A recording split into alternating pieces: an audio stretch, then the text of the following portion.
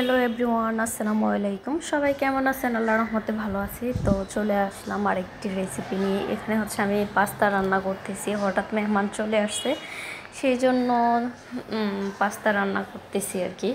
তো আমি প্রথমে কেটেলে গরম পানি করে দিয়েছি। এরপর দিয়ে এখন পাস্তাগুলোই সিদ্ধ হওয়ার জন্য দিচ্ছি। তো পাস্তা সিদ্ধ হচ্ছে, এখানে দিয়ে আবার আমি পেঁয়াজ কাঁচামরিচ কেটে নিচ্ছি।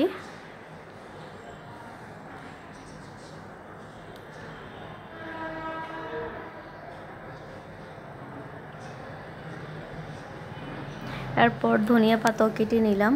সব এদিক দিয়ে হচ্ছে পাস্তা, আর এদিক দিয়ে আমি সব কেটে কুটে রেডি করে নিচ্ছি।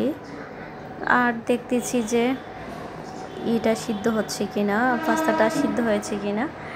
দেখি হ্যাঁ, আমার পাস্তাটা অলমোস্ট হয়ে গেছে। এই তো পাস্তাটা এখন নামিয়ে নিব।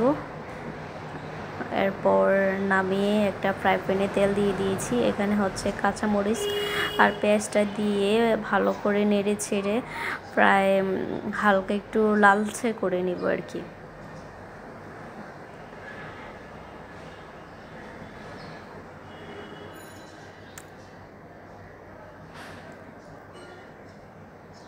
যখন হালকা লালচে হয়ে আসবে তখন আমি ডিম দিয়ে দিব। 3টা ডিম দিয়ে দিব। এক প্যাকেটের জন্য আমি 3টা ডিম নিয়েছি, আপনাদের ইচ্ছা যে যেমন দিতে পারে আর কি।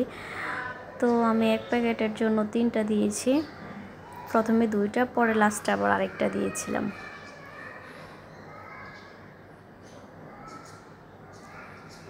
তিনটা ডিম ভালো করে ফেটে গুঁড়া গুঁড়া করে নিব।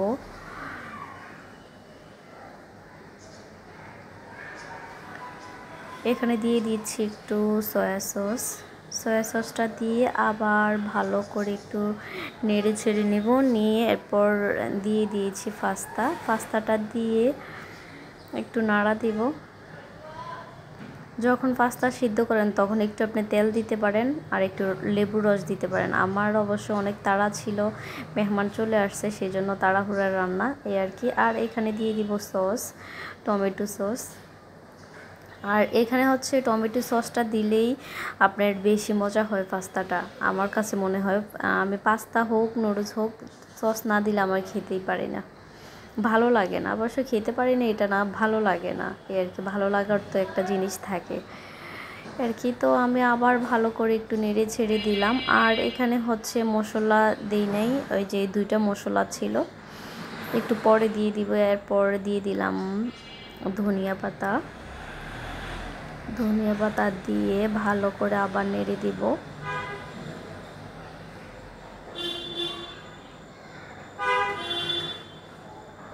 এখানে হচ্ছে পাস্তার যে মশলাটা ছিল 2 প্যাকেট, ওই 2 প্যাকেটই দিয়ে দিচ্ছি।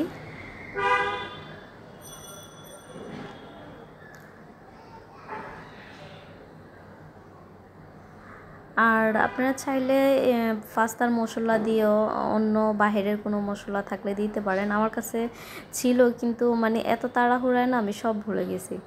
তাড়াতাড়ি মেহমান আসছে, সেই জন্য তাড়াহুড়া করে রান্না বান্নাই এই আর কি। তো এখানে আবার মশলাটা দিয়ে ভালো করে, আর এই মশলাই হয়ে যায়, আর আদার্স মশলাও লাগে না। আর যদি যারা একটু দিতে চান আর কি, আমি তাদের কথা বলছি। তো ভালো করে আবার নেড়ে ছেড়ে নিব। আমার কিন্তু পাস্তাটা রান্না হয়ে গেছে। তো কে কে পাস্তা পছন্দ করেন অবশ্যই কমেন্ট বক্সে জানাবেন। তো আজকের মতো বিদায়, আল্লাহ হাফিজ, টাটা।